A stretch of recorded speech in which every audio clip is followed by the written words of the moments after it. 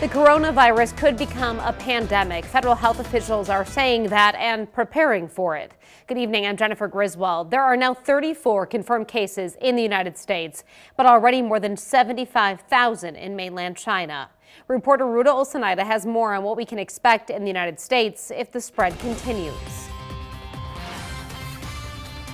Although the Centers for Disease Control is taking aggressive precautions to stop the spread of the coronavirus, the disease is not yet going away. And so we really need to be taking those plans out, dusting them off, and taking a look at those and saying, what are we going to do here a few months down the road where we may see this in our communities and being spread from person to person.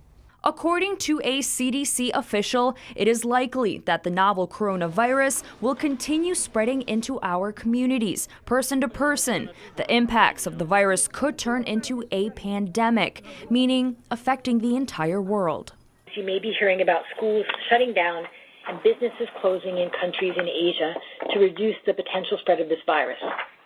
The day may come when we will need to implement such measures in the U.S. communities. You might have to start curtailing social events, so having large groups of people coming together for whatever type of event, concerts or what have you. On Thursday, 11 people tested positive at UNMC and Nebraska Medicine's quarantine and biocontainment units after departing from the Diamond Princess cruise ship off the coast of Japan. They are expected to recover, but may require a longer stay than the typical 2-week quarantine. So they would clearly have to demonstrate clinical improvement, and then they would have to have at least 2 negative tests spaced in time, so at least a day apart, before we would consider them free of the virus and not shedding and no longer contagious. The good news is that the number of cases in the U.S. is still low, and all current cases are being monitored and treated. The numbers may even go down as flu and cold season